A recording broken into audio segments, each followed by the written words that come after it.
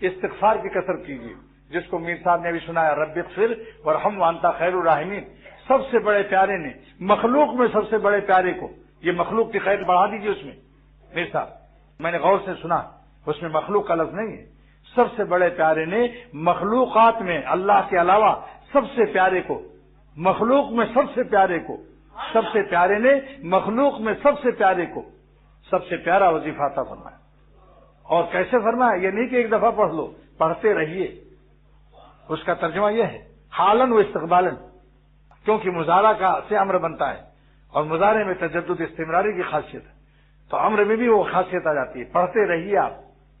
کیا چیز؟ رب اغفر وارحم وانت خیر الراحمین۔ تو میرے دل میں اللہ تعالیٰ نے بات عطا فرمائی کہ ایک دینے والا پیارا، جس کو دیا گیا وہ مخلوق میں سب سے پیارے، تو یقیناً یہ وظیفہ سب سے پیارا ہوگا۔ مغفرت کا پیارا عنوان ہے، اے اللہ ہم کو بخش دیجیے۔ ورحم، چار تفسیر اس کی، رحمت میں چار نعمتیں مانگنے کا خیال لایا کیجیے۔ رب اغفر کے بعد اے خدا بخش دیجیے، اس کے بعد رحم کر دیجیے۔ ورحم مانے رحم کر دیجیے۔ اس رحم میں چار نعمتیں ہیں۔ نمبر ایک، توفیق اطاعت، عبادت کی توفیق چھن جاتی ہے۔ ایک ڈاکٹر نے بتایا کہ میں میڈیکل کالج میں پروفیسر ہوں، جس دن کسی لڑکی پر نظر پڑ جاتی ہے اور کچھ دیر میری ٹھہر جاتی ہے تو اس دن میری تہجد قضا ہو جاتی ہے۔ گناہ میں خاصیت ہے کہ اس کو اللہ تعالیٰ عبادت کی توفیق نہیں دیں گے، اور اگر وہ زبردستی پڑھے گا تو عبادت کی لذت نہیں دیں گے، کیونکہ حلاوت ایمانی سے محروم ہو گیا، بد نظری کی لعنتی حرکت سے، اور پایا بھی کچھ نہیں۔ انٹرنیشنل گدھا اور احمق ہوتا ہے، پرایا مال دیکھنے سے بتاؤ پاتا ہے کوئی؟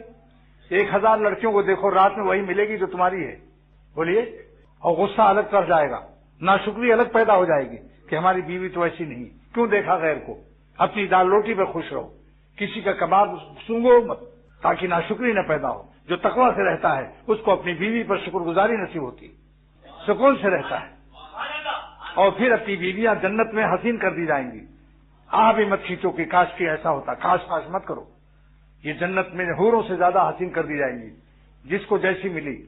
توفیق اطاعت ایک، فراخی معیشت، کیونکہ گناہ سے روزی میں برکت اٹھ جاتی ہے، تو کیا مطلب ہے؟ اللہ ہم نے معافی مانگ لی، اب میری روزی میں برکت اور میری روزی کو فراخ کر دیجیے، فراخی معیشت۔ نمبر 3، بے حساب مغفرت، نمبر 3 بے حساب مغفرت، کیونکہ حدیث میں ہے کہ جس سے حساب ہوگا بخشا نہیں جائے گا، عذاب دیا جائے گا۔